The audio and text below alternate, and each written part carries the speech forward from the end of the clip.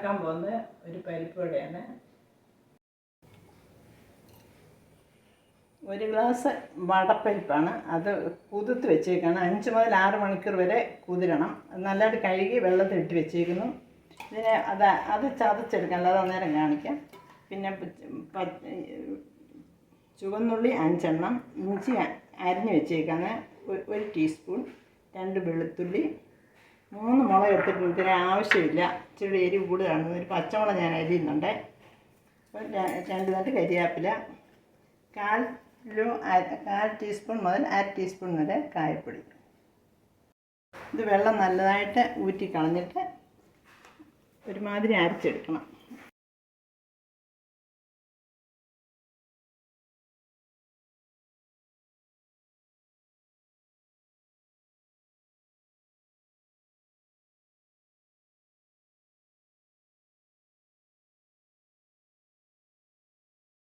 ഇത് 2 പ്രാവശ്യമായിട്ട് വെള്ളമൊക്കെ പോയിട്ടുണ്ട്, തോർന്നിട്ടുണ്ട്. ഇനി ഇത് 2 പ്രാവശ്യമായിട്ട് ചതച്ചെടുക്കാം.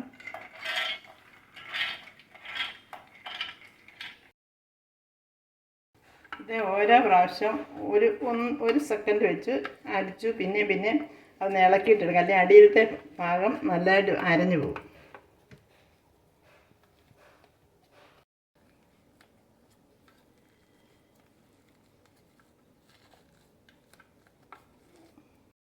ഇത് ആവശ്യത്തിന് ചതഞ്ഞിട്ടുള്ള. അപ്പോൾ ഇതിനകത്ത് ചുവന്നുള്ളിയും ഇഞ്ചിയും വെളുത്തുള്ളിയും കൊണ്ടുവന്ന് ഒന്ന് ചതയ്ക്കുക, ഒന്ന് പൾസിലിട്ട് അടിക്കുക.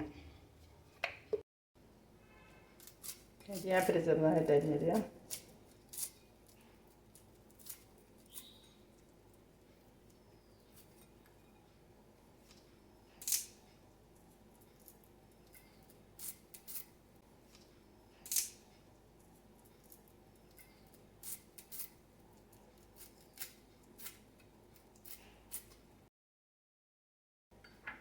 ഇത് മുളക് പൊടിയാണ്, അത് അവരവരുടെ ആവശ്യത്തിന് എടുക്കാവേ.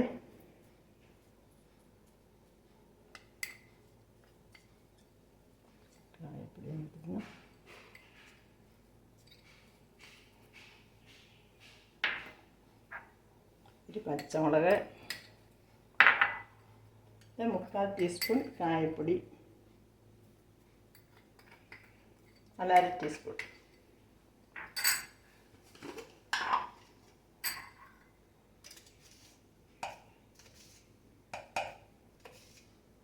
അര ടീസ്പൂണാണ് ഉപ്പിടുന്നത്. ഉപ്പ് നമ്മൾ ഒന്ന് ഇളക്കിയെല്ലാം കഴിഞ്ഞിട്ട് തന്നെ നോക്കണം, ഇപ്പം ആവശ്യത്തിനാണോ എന്ന്.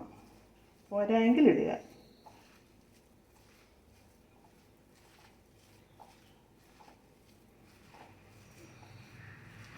അരിഞ്ഞു പോകരുത്, കരുതരിപ്പായിട്ട് അരിയാവേ.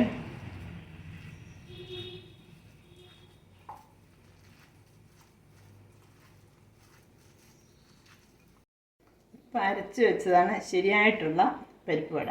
ഇതൊരു സ്പെഷ്യലാണ്. ഇതിനകത്ത് ഗരം മസാലയാണ് ചേർത്തേക്കുന്നത്. അത് ചിലർക്കത് ഇഷ്ടപ്പെടുന്നുണ്ട്, അതുകൊണ്ട് നോക്കാം. അത് ഇഷ്ടമുണ്ടെങ്കിൽ ഉണ്ടാക്കാം. ഇതൊരു 1/4 സ്പൂൺ മുതൽ 1/2 സ്പൂൺ വരെ വറ്റിയിട്ടുണ്ട്. പാത്രത്തിൽ എണ്ണ ഒഴിക്കുക.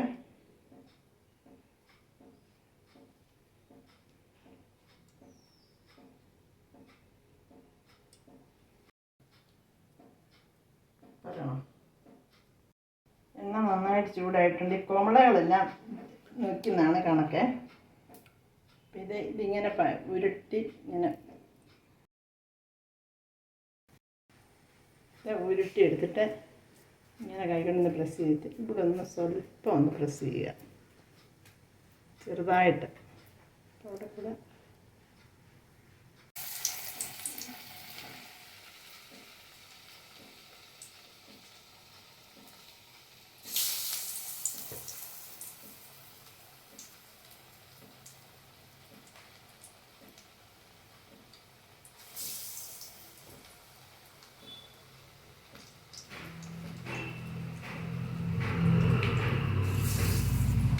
മീഡിയം ചൂടിലിട്ട് വറുക്കുന്നേ.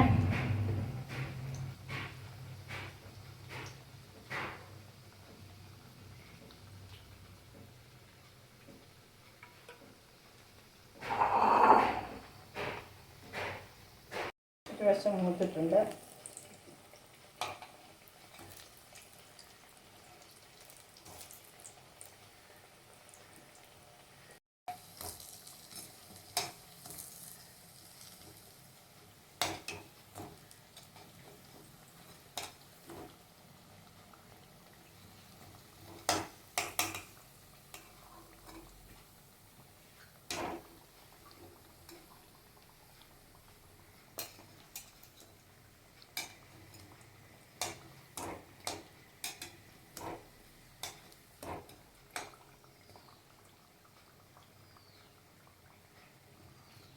കണക്കിട്ടുണ്ടാവണം.